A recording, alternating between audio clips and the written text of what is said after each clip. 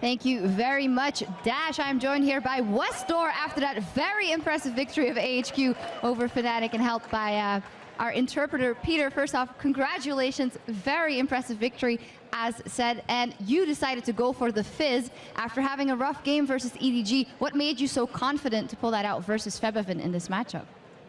很恭喜你的胜利。你第一场比赛和 EDG 表现不是特别好，不过第二场你选择了小鱼人。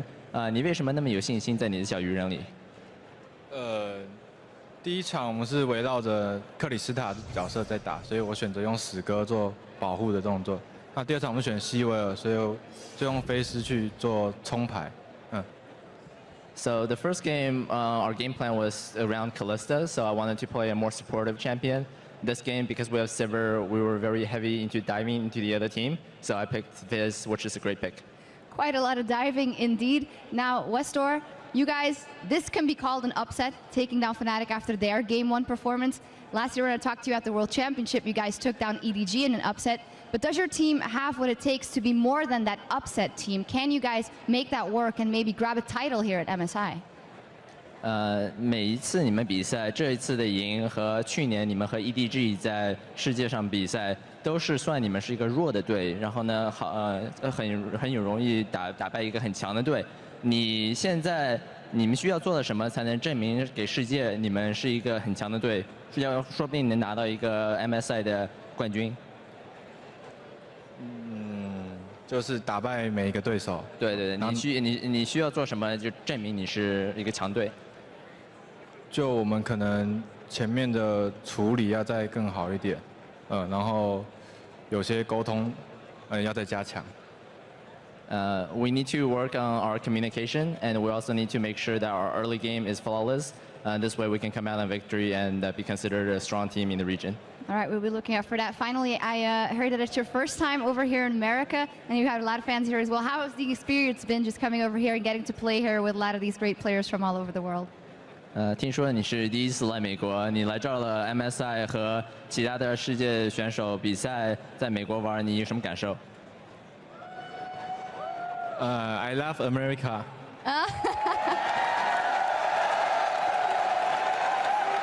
Well, everyone here loves you. Congratulations, fantastic victory in Westdoor and AHQ over Fnatic, and we're going to go back over to Dash and the guys over at the desk. Thank you, Shocks. A lot of applause there for Westdoor. Quite a performance he put up. But I want to return to our point about the aggression between these two teams and throw to you, Crumbs, the replay that we have 19 minutes into the game, because we saw all 10 players in this game meet up in the mid lane for an all-out brawl. Now, Westdoor obviously loves America because this fight was so chaotic. He was the only one that had enough freedom to do anything. Let's be honest, nobody has a clue what's going on here. This fight starts at the most random things. Hecarim TPs, it's a 2v2 and Cassiopeia can't follow up.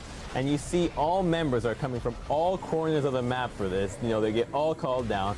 They disengage now. Hecarim Rek'Sai re-engages. Sivir is staying outside, so now, okay. Cassiopeia ulti comes back in, they're thinking, let's engage. Oh, we didn't realize Fizz was here. Fizz now switches targets away from the Urgot, goes on the Cassiopeia, goes and hides. Now Sejuani gets his, oh, Sejuani, oh, somebody follow, oh, Nara's here. And now there's a fight breaking out on the other side. Sejuani now overcommits, and now they're like, oh, we have Hecarim ulti and Urgot ulti. So now it's just a huge chaos. Like, seriously, I don't think the players knew what was going on here. Like, everybody's just trying to master abilities and make sure that they can use everything, so that at the end when they look at it, it's like, well, I used my abilities. I did all I could. But in all seriousness, this is kind of as well where Fnatic struggles, and I think where AHQ just excelled really, really hard. Fnatic, usually when they start to float and they're like, can we go for this and can we go for that, and do I have to follow up here? You see the Sejuani ultimate and they have Urgot ultimate, nobody really follows up, and it gets in those stutter steps where Fnatic is like, oh, we want to go for this, and instead Nautilus hitting, you know, the ADC, he's going for, instead of hitting the support, he goes for the further away ADC, and they just want to eat too much of the cake, and, you know, in the end, they don't get anything. Yeah, and the other thing is, like, they touched on it, the Westdoor build, coupled with the fact that that was a chaotic fight, he got 4 rotations out as Fizz. That is so much damage, not to mention all the auto attacks. Like, there was always 2 or 3 people clumped together, so Anne was getting a lot of damage as well. That was the best way that fight could have turned out for AHQ, and it's because of all that chaos going on. Yeah, I have to say it's really nice to watch Westdoor change up the play style here. As he mentioned in the interview, first game plan was Kalista, let's make it a Kalista-centric comp, put you on Karthus, really support him. Here they throw him into the spotlight, and he does perform, which was a big question for us coming up against some of these top mid laners. Yeah, I think that he definitely rose to the occasion here, playing the Fizz, playing the signature champion for him, and the fact that he's able to get the flanks like this, and he also pushed out the bottom wave to create turret pressure. So that was a fight that AHQ they were looking at for a little bit, and they were like, okay, if we do bring Westdoor up, we win this fight because the way it started going after Mountain jumped back in. Or if he doesn't come to that fight, he just pushes bottom turret and then they stall and they get that for it. So I think that his decision-making in this game is really good. And we're not seeing the typical 4-1 push that he just permanently seems to do in most games. I love the adaptation from Fizz. He must have been listening to us in the analyst desk because he had the Hecarim Gnar matchup the first time around, went the Randu and Spirit Visage. This time, he rushed the Frozen Mallet. And he was actually able to contain Huni somewhat. I mean, he had some questionable teleport plays around the map, but it was still effective in that last fight as well. You know, it was a little bit hectic and undecisive from Fnatic whether they want to engage. If you're an Urgot and you start getting slowed and slowed, you kind of get the feeling that you need to be doing something and not just staying on the outskirts of the fight, slowed. On behalf of the analyst desk, I'd like to accept that victory for AHQ. Is essentially what we just said. For America as well. Yeah, absolutely. I'm sorry, I cut you off there. Well, Sheepy. Fnatic, man, sad. But hey, I think AHQ played a really good game, and I was actually a little bit worried because they let the Hecarim open, which is the Huni champion. This is something you really don't want him to play because it's so scary. We banned it like 2, 3, 4 games against them, and when he plays this champion, he's so strong. And you saw him like stroll around the map, putting so much pressure on themselves. And Fnatic was like, well, we are not that strong. But Huni was like taking mid lane tower. His TPs. Yeah. His TPs were really good at the start. And we said it in the beginning, like Fnatic is a really flank-orientated team. And what every team fight kind of started off was Huni TPing behind them, going for the carry, and either way popping the spell sheet right away from CVR and then following up with ultimate or just hitting the E right away. All right, I got to jump in here before we hit break. I want to shift gears to our next match, SKT versus EDG. We're going predictions. Spawn, we're starting with you.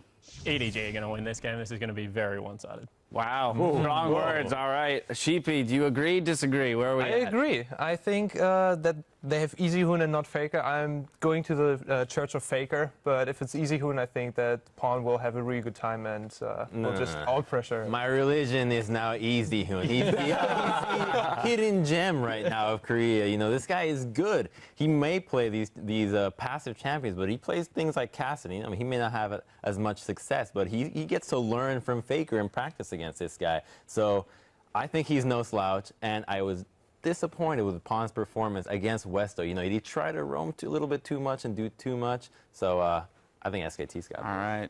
Yeah. Finally to you, Zareen. I got to go with SKT as well. You can't, like, I don't even care about Church of Faker, Church of Easy Hoon here. You have to believe in both to be part of the SKT religion. So I definitely think Easy Hoon has this little bit of an edge with his control mages and the meta, and that Pawn plays some things that are a little bit shifted out of it at the moment. All right, well, split desk at the moment. Let's see who everyone at home is picking in this Clash of the Titans. According to lolesports.com, 77% are voting in favor of SK Telecom. Rather